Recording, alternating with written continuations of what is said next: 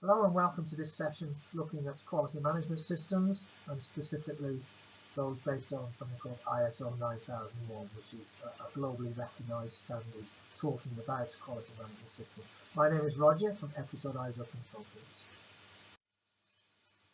So this is what we're going to be looking at over the next 30 minutes or so. And some key points I want to highlight at this point is that we're going to be talking in detail about ISO 9001, which is the quality management standard, but we're also going to just quickly touch on the environmental management standard, the occupational health and safety management standard. Two reasons for doing this. Firstly, they are by almost an order of magnitude the three biggest standards in use across the world. To give you some kind of context, there are 1.5 million organisations that are officially using ISO 9001. That is, they have that system independently certified, and it's estimated that the same number again have chosen to adopt the platform but not necessarily have it certified. We have a number of clients that have gone down that route, for example.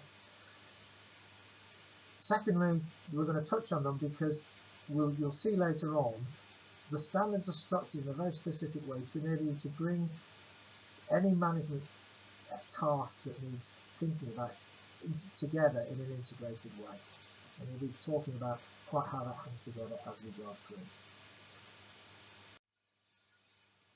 So why are we starting at this point talking about business planning? Surely an ISO standard is simply to get a certificate. Well, no, it's not. Done right, the standards give you a framework that enables you to really make a positive difference to the organisation and really help you with both your strategic and your day-to-day operational planning and activities. But quite where do you start as an organisation? And by the way, we talk about organisation today because these things apply to an organisation regardless of size and regardless of whether they're private or public sector. So you forgive us if we drop into interchange between business and organisation.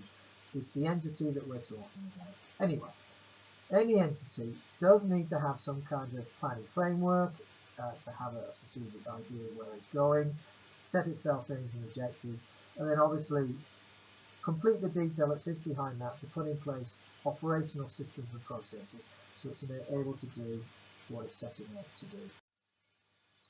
So, quite what has ISO got to do with this? Well, a bit of background first.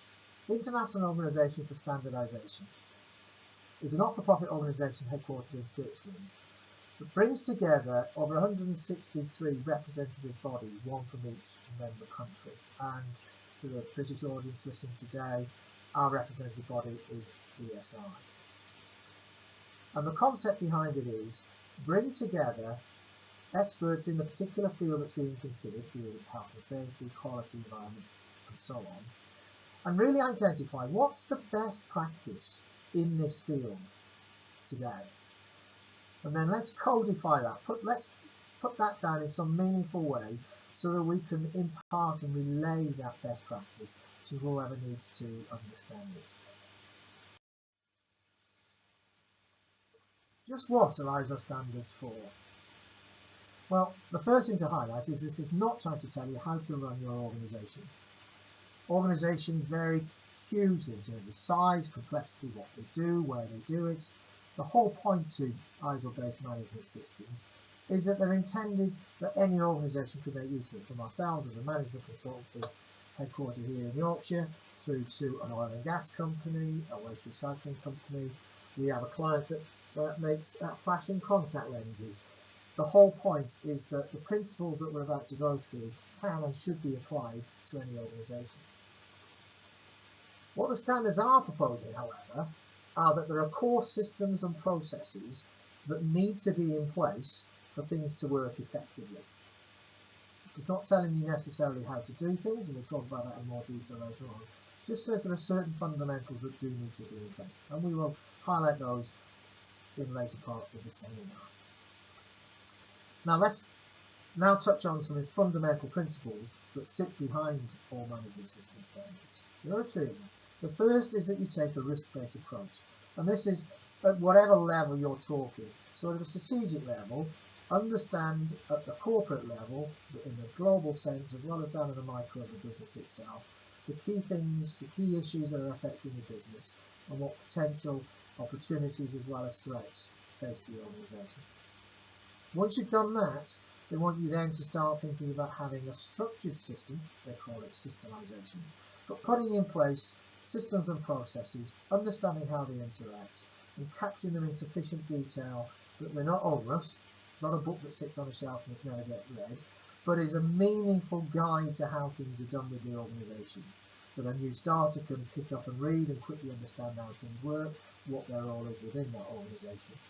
Now you determine just how detailed you want that to be, whether it's just a quick one-pager through to a detailed standard operational procedure or work instruction.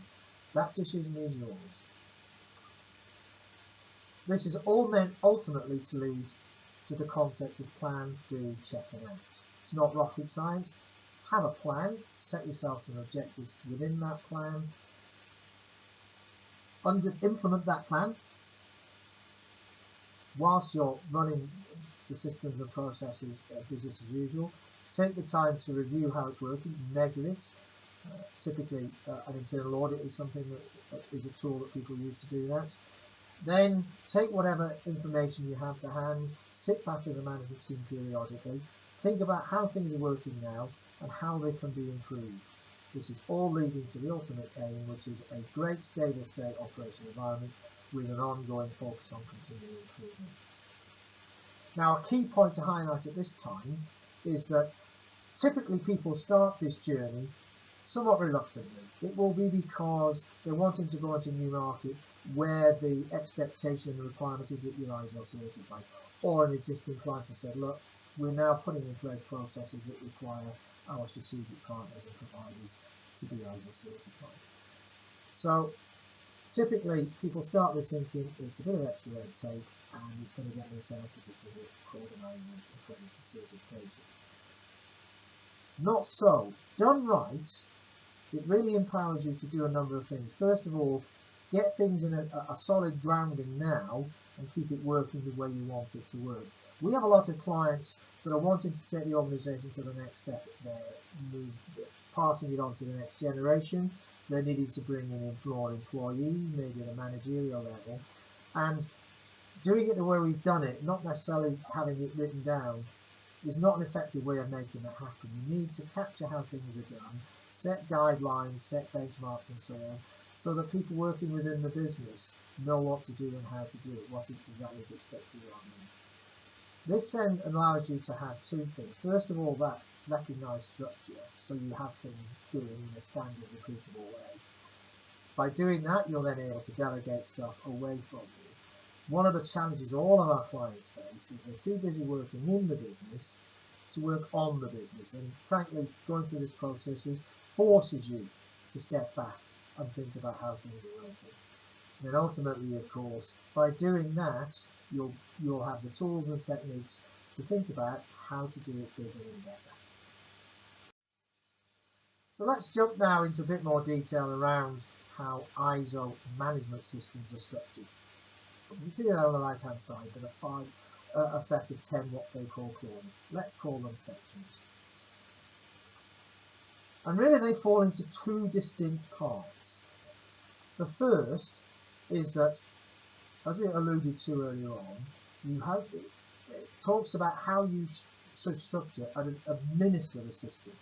So this is about things like policies, objectives, working procedures, how you control the information within the business, how you manage your strategic partners and suppliers, and so on. Now these are common to all ISO-based management standards, intentionally so. We'll touch on why in a little bit. But do it once and you should be able to use that same tool or approach and philosophy across all of the things that you're trying to manage. Now, of course, the other part of this is the doing of the doing, and that is from a quality point of view, which we're going to look at in a lot more detail shortly, the operational systems and processes in place to design, develop, make, deliver and bill the products and services that you deliver. From the health and safety point of view, it looks at different things.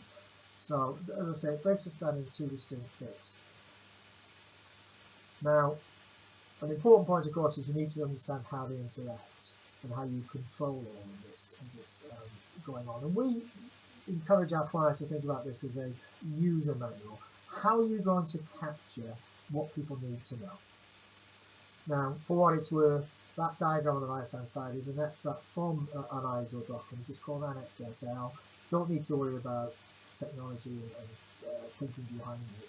Simply put, it says that any management standards, as of now, in fact this was put in place in 2015, will word for word be exactly the same by design, so that should you then choose to have a quality management system that you want to add environmental management to, or information security, or whatever, you're not having to repeat work. You have one set of policies, you have one set of objectives, you have one document control mechanism, and so on.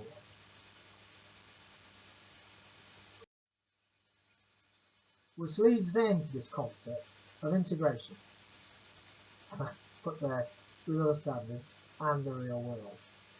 Now, ISO know that for an effective business or organisation, you need proper management systems that are used on an ongoing basis, not something that's looked at every 12 months because you've got an external auditor coming to look at you. That really doesn't help anybody. It may get you the certificate day one, but without a lot of work going on at the back end, keeping that certificate is going to be difficult. And more importantly, defeats the whole ethos and objective behind the standards. ISO want you to have sensible, viable business management systems, and what they're trying to do is lay out the structure for those systems. They also know that you want to manage lots of things. Hence, as we've talked about, this concept of Annex SL, Annex SL, I keep doing that, so that you can have a common architecture wherever possible. At this point, it's useful to give a little bit of advice here and give you a health warning. We always stress to clients, you need to make systems work for you, not the other way around. Don't put something in place because you think it looks good, or because an auditor or a customer is expecting to see it. Now, customer requirements are obviously very important, but ultimately you need to understand what the customer's needs and expectations are and set yourself up to deliver against them. Secondly, the standards are not meant to be straitjackets for the business. They're not meant to impose additional burdens on you. Done right, it's not paperwork for paperwork's sake. Typically when we get involved with a client, it's very rare that we're putting any significant overhead on there. Typically people may not have written down their policies and objectives, but they will have them somewhere. Typically people will, in a structured way, review themselves on what's called internal audit. Now we're not saying have a procedure for it, we're just saying review yourselves and so on. And the key message around this, therefore, is as you go to market, when you're beginning to think about starting down this journey, it's all too tempting to buy a document pack from the internet, put your name on the top of it, tweak things here and there, and think that you're good to go. That may well get you the certificate. It's going to cause you two problems. One, it's going to force you to do stuff you really don't want to do and potentially in a way you don't want to do it. And secondly, unless you keep on top of it, as that documentation says you do, you're going to come a cropper, especially 12 months hence when you come to be revisited to return your certificate. It's far more powerful if you take the framework we're now going to go through and shape it to your organisation and not the other way around. We've shown here the top 3 standards, which we've talked about several times through the seminar so far. Useful to give you a quick heads up, there's 2 key points here.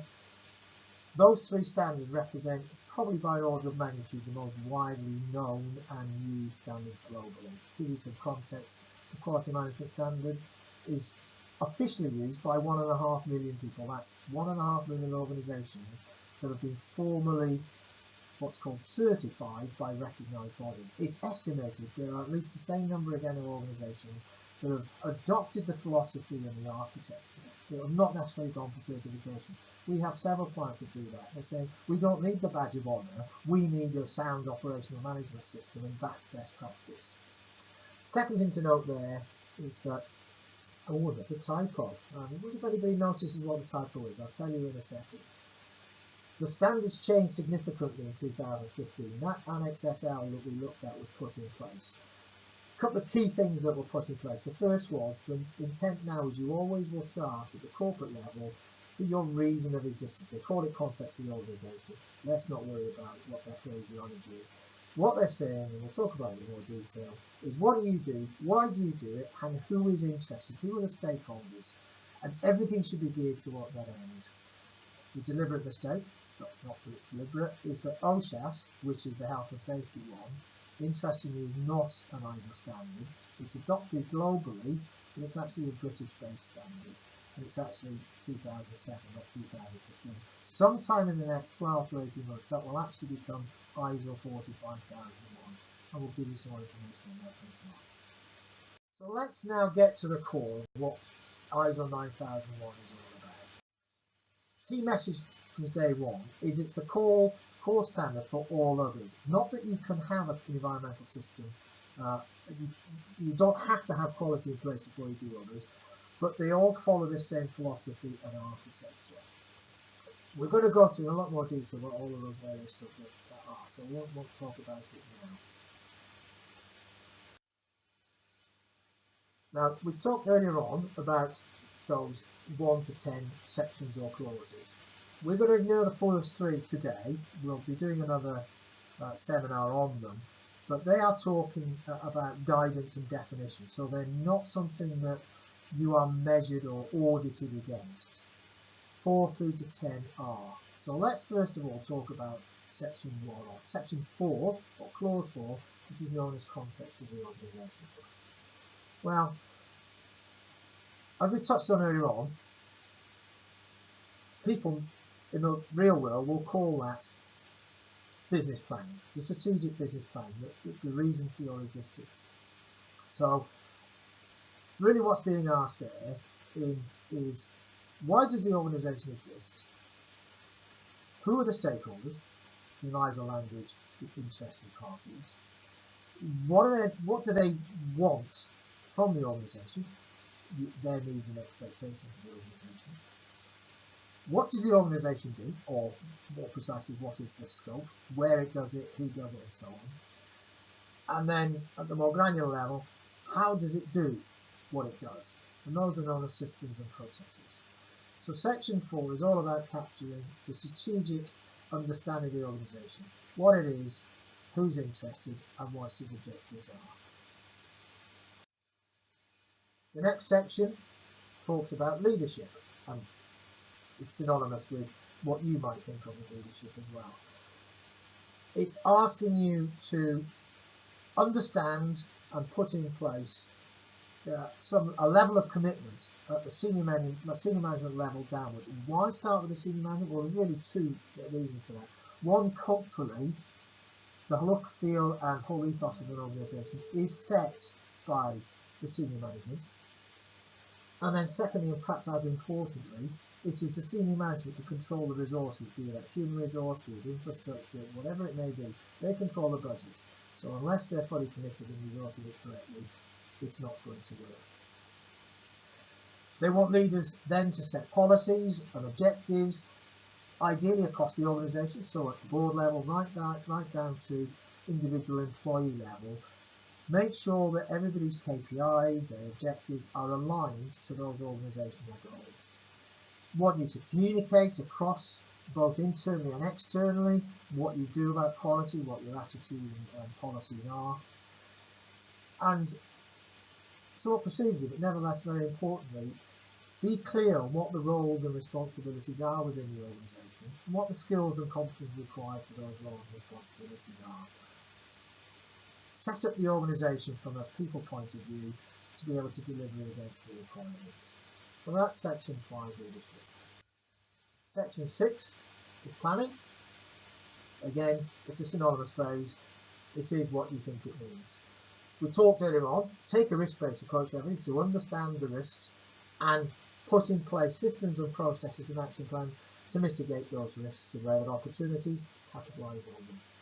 So we alluded to it earlier on. Set objectives across and down the organisation. Those objectives should always be based on and aim towards achieving the strategic direction and objectives that you set yourselves at a corporate level.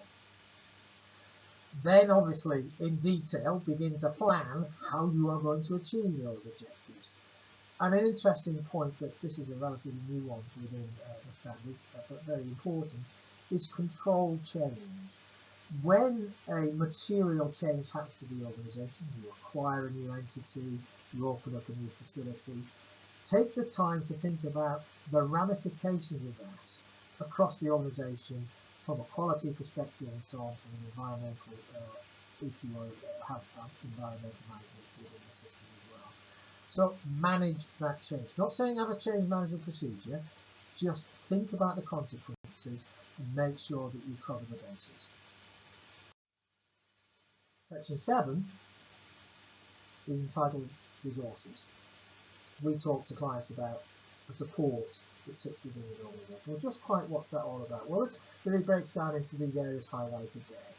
Human resources is obviously a very important and vital part of all organisations. So it sets out some specifics there. We touched on them.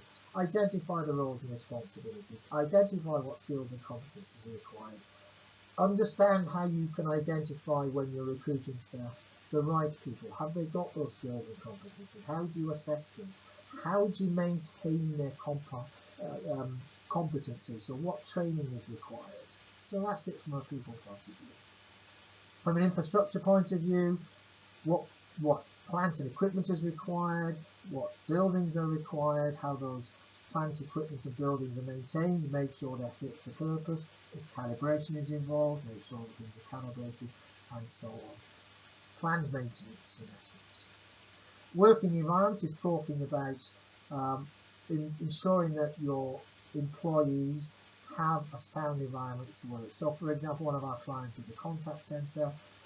They deliver physiotherapy services as an outsource for NHS organisations here in the UK. There they have a fantastic regime of well-being clinics and social interaction in the contact centre, such that the staff have a sense of well-being and being valued at the staff. So that's what's been driven out there. And it can get down to as mundane as making sure the working temp is correct and so on.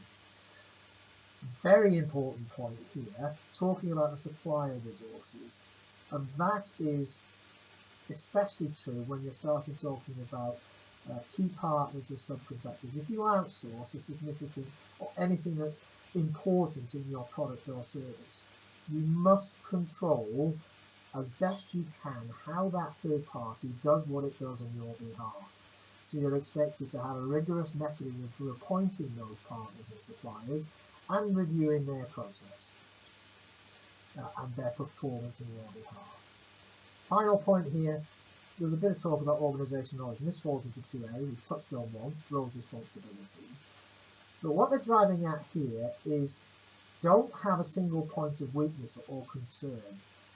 It's the old under the bus analogy.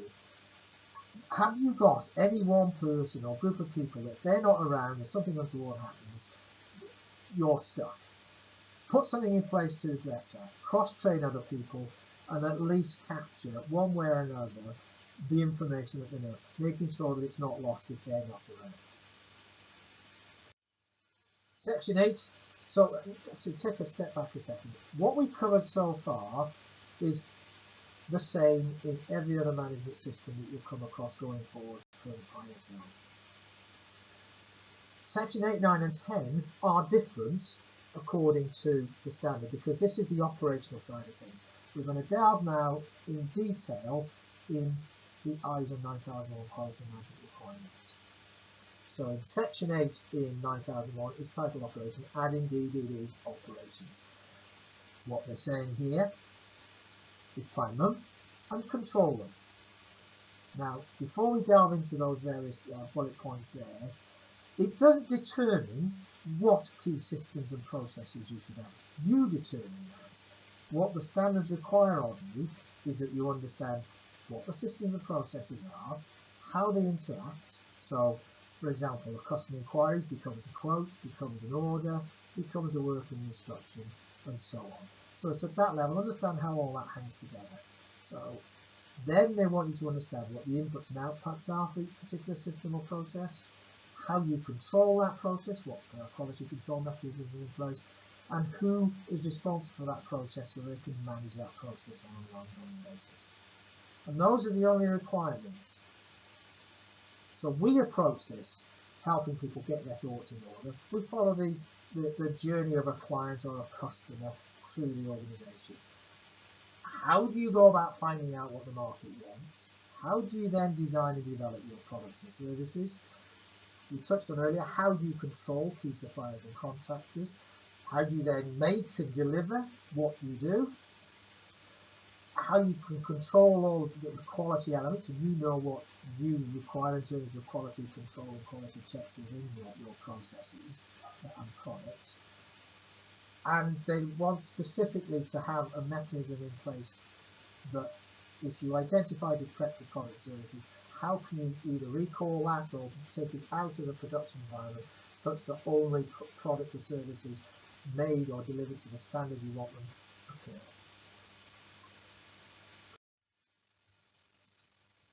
We alluded to this earlier on. There is some rigour put in place in section 9, and this is common across the standards again. How do you evaluate what you do?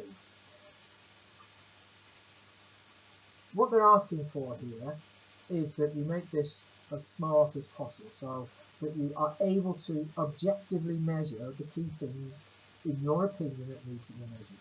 So identify what the key performance indicators are, both procedurally but also for individuals and departments and so on, and make those synergistic, that they all tie together, they're meaningful, that map onto each other, all working towards those strategic goals. How do you get feedback from customers? Do you get feedback from customers? Because of course the whole point about what you do is to deliver a good or a service to a third party. So how exactly do you make sure they're getting what they want to get from you? We touched also on internal review. It's one specific. You are expected to internally review. It doesn't say how. All it says is that somebody competent to do it, and you determine the competency, that somebody competent to do it formally reviews all the aspects that you've documented that we talked about earlier. And they then report back on that in a structured way. You determine what that structure is, but they report back to the senior management team. That input plus other input, so whatever control mechanism measures that you have in place, are then analysed and evaluated with the ultimate aim that the senior management team review all the elements, understand how it's all working, and take action accordingly. And you are formally expected to undertake management review, not necessarily as a meeting, but review all of that input and have the outputs. And outputs typically will be change instructions, resource allocation, and so on. So that's performance evaluation. This is the nub ultimately of all standards. It's improvement. And really all it's saying is identify things that need fixing, identify things that can be done better, and have you got any innovative ideas, or have you had input from people that helps you make them do things better? So it's saying have a system and process for all of that. Now, I've talked a lot at you there now, and apologies for that, but I hope you found that useful. That talks in detail about ISO 9001. What we're briefly going to do now is touch on the other two standards. Environmental management follows exactly the same architecture, as we've said, to all the other standards that we've talked through earlier on. So we've got a quick list here of, we talked earlier, as you recall, in ISO 9001, the quality, sections 4 to 7 are exactly the same. 8 changes. In the environmental management standard, that then talks about the management of your environment and your impact on it. And really, there are two key things that happen here. Firstly, it says identify and make sure you comply with all relevant legislation. And if you're not complying, have a specific plan in place to make sure that you do comply in due course. So that's area 1.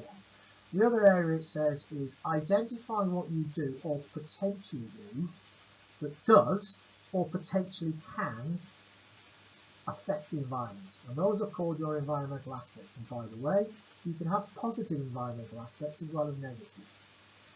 understand the effect or impact of those environmental aspects, and then, simply put in place a risk mitigation plan where it's a negative impact and a risk optimization plan where it's a positive impact.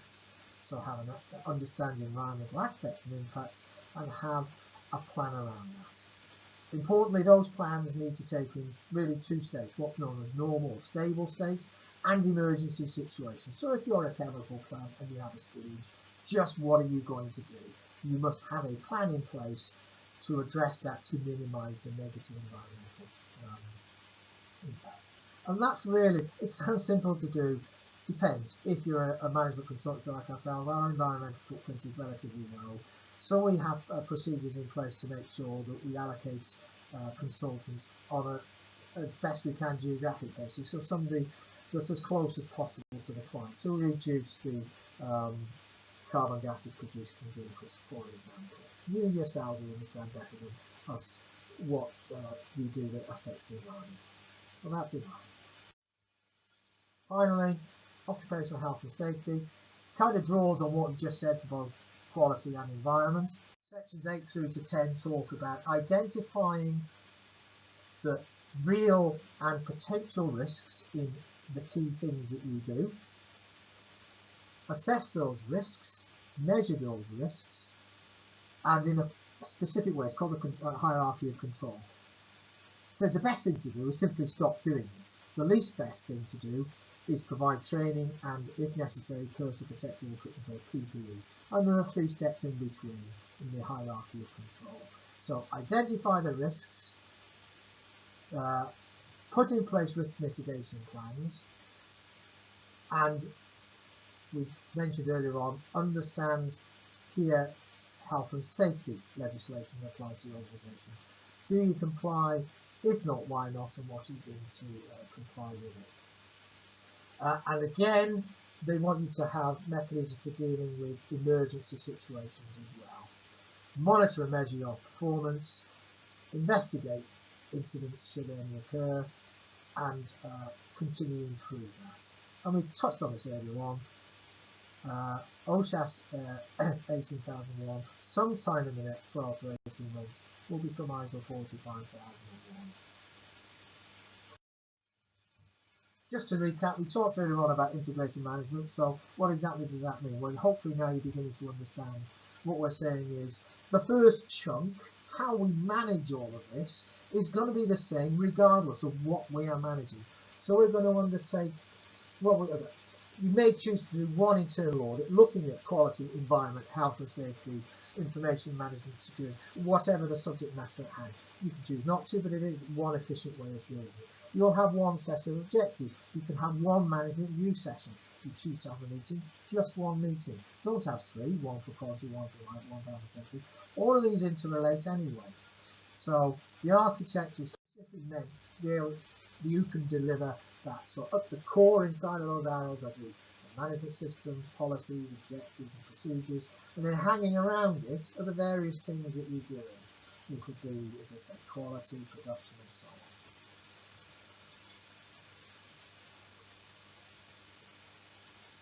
Ultimately driving, as we touched on, to one set of administrative tools. Very briefly, I want to quickly highlight, in today's world, there really is no need, and in fact ISO talks about documented information. It does not anymore say what documented, with very few exceptions, what information should be documented, or more importantly, how it be documented. You don't have to have a 400-page, you don't have to have a manual full stop. But increasingly, people are working in an electronic information environment. So we increasingly have clients that just simply do away with paper. There is a platform, there are a number out there, but we spent quite a bit of time looking. There's a platform called Mango, which not only makes everything electronic, but it actually puts all of the hard stuff in a workflow environment. So if you want to incident reporting, if you want to maintain systems and processes, if you want to analyze the results of all the measurements that you're taking and so on, it's a very powerful tool to enable you to do that. Another important thing we touched on, especially health, safety and environment, but there was others like information security, and we talked about GDPR earlier on as well, is just how do you know what legislation applies to you? How do you know if you're complying with it? And just what do you do if you're not? Well, there's an environment that we work within called Libreo where it enables you to do all of that. So do take the time to think about what tools can I possibly find out there beyond just consultancy that help me get to a stable state and increase this going forward. So thanks very much indeed for taking that time. The clock up here says 39 minutes, so I've missed my 30-minute mark. Apologies for that. We'd be delighted to have feedback from you. If you're viewing this in YouTube, you'll see down below there's a comment section. Please do put comments in there. We will get an email and we aim to respond to the same working day, if not the day after. Alternatively, there is lots of information available on our website. Please feel free to go and browse. Thanks again.